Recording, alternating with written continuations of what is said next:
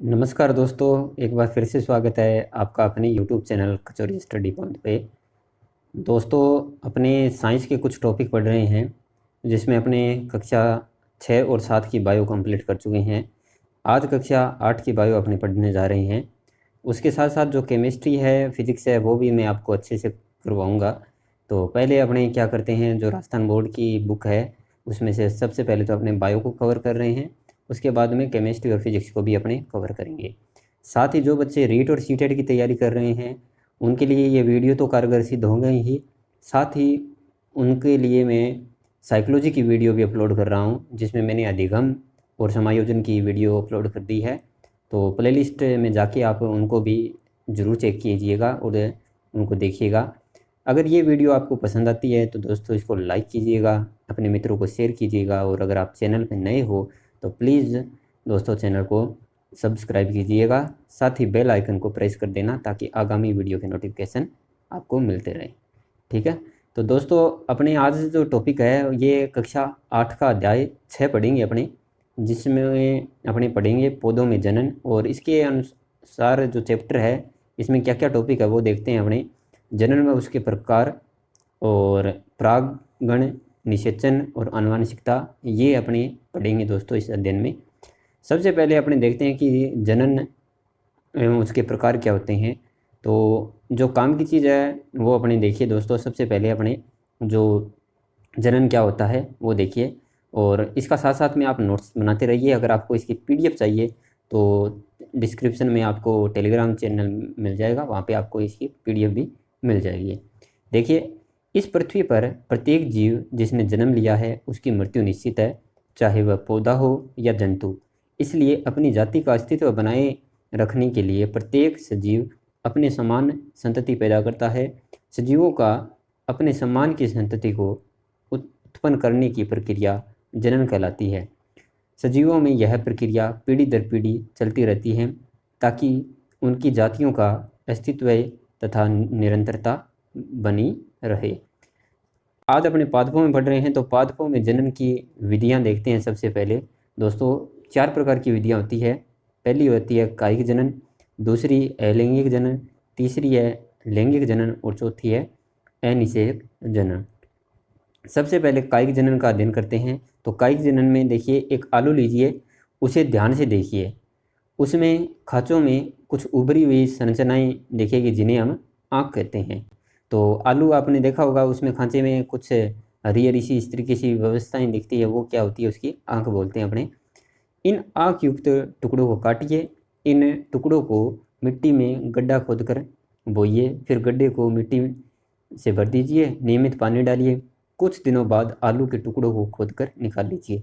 यानी जो ये आँख है ना, यहाँ से क्या हो जाएंगे, आलू उग जाएगा, और इसके जो नीचे जो तना है वो क्या हो जाएगा, आलू में कन्वर्ट हो जाएगा। ठीक है, तो इस तरीके से अपने आलू प्राप्त कर सकते हैं। ये डायग्राम दर्शाया है जिसमें डायग्राम में आलू में कायिक जनन बताया है, और उसके साथ ही पास में बायोफिल्म की पत्तियों में अंकुरित पौधे दर्शाए हैं। तो बायोफिल्म दोस्तों जो पत्थर चिट्टा होता है उसको बोलते हैं। और पत्थर चिट्टे में जो अक्सर एग्जाम में पूछा जाता है कि जनन में सहायक कौन होता है, तो उसकी पत्तियां सहायक होती है दोस्तों। पत्तियों के ऊपर से ही दूसरे जो बायोफिल्म है वो उग जाती है। ठीक है, अवलोकन करने के बाद देखिए, आलू की आँख से नए पादप अंकुरित होते हुए दिखाई देते हैं। बीज के अतिरिक्त पौधे के किसी अन्य कायिक भाग से परिवर्ध होकर नए पौधे के बनने की प्रक्रिया को कायिक जनन कहते हैं। कायिक जनन से बनने वाले पौधे अपने पैतृक पौधों के समान गुणों वाले होते हैं। ये क्लोन कहलाते हैं। उदाहरण के लिए आलू, प्याज, घास, अरबी, अदरक, चमेली है, इन सब में क्या होता है, कायिक जनन पाया जाता है। ठीक है, तो अक्सर एग्जाम में इनके एग्जाम्पल दे देता है और पूछता है किस में कायिक जनन होता है किस में नहीं होता है, तो ये एग्जाम्पल आपको अच्छे से याद रखनी है। इसी प्रकार ब्रायोफिल्म या पत्थर चिट्टा है, इसमें पत्तियों के खांचों से कलिकाएं पाई जाती है। इन कलिकाओं अथवा कलिका युक्त पत्तियों की गीली मिट्टी में गिर जाने से प्रत्येक कलिका से नया पौधा विकसित होता है। और कैक्टस में तना पादप से अलग होकर नए पादप को जन्म देता है। वह डहेलिया में जड़ें नए पादप को जन्म देती है।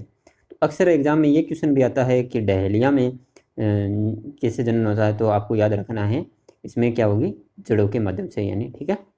तो ये आपको अच्छे से अपने नोट्स में नोट करना है।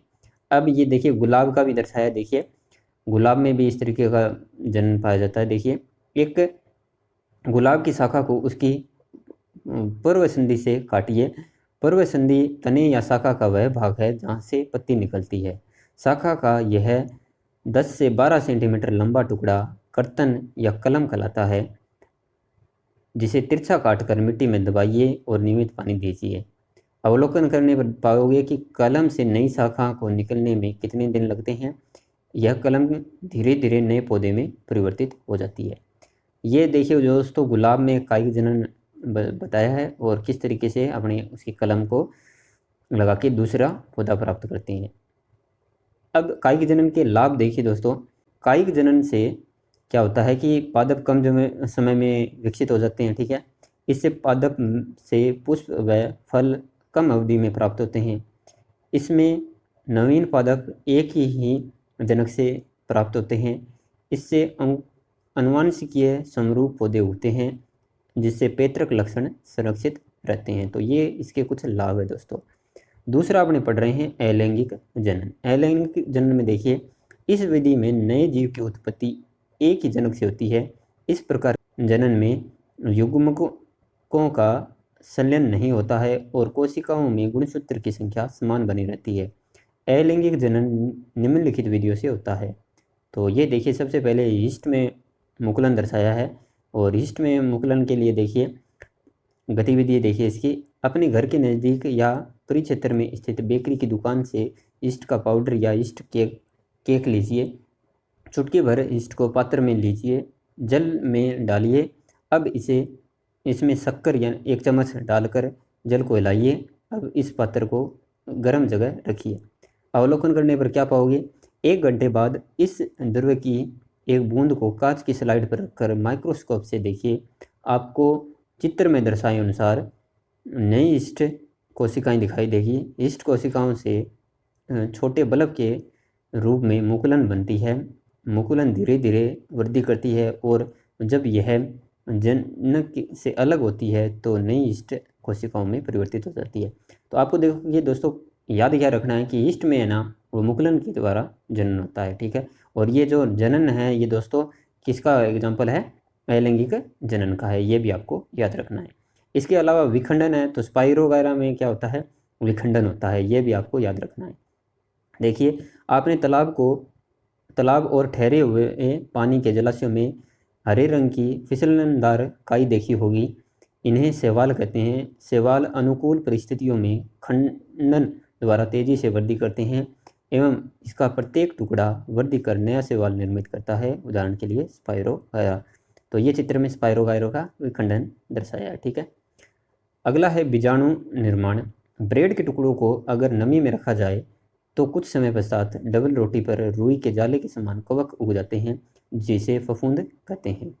वैसे इन फफूंद वगैरह है, कवक वगैरह है, इनकी चर्चा अपने जो कक्षा 6 पढ़ी थी तब उसमें कर लिया था, ठीक है। सूक्ष्म जीव वाला टॉपिक पढ़ा था ना उसमें। डबल रोटी पर रुई के जाल के समान फैले हुए कवक में काले व भूरे रंग की बीजाणु धमनियों में बीजाणु दिखाई देते हैं। जब ये बीजाणु मुक्त होते हैं तो वायु में तैरते हैं और हल्के होने के कारण काफ़ी दूर दूर तक चले जाते हैं।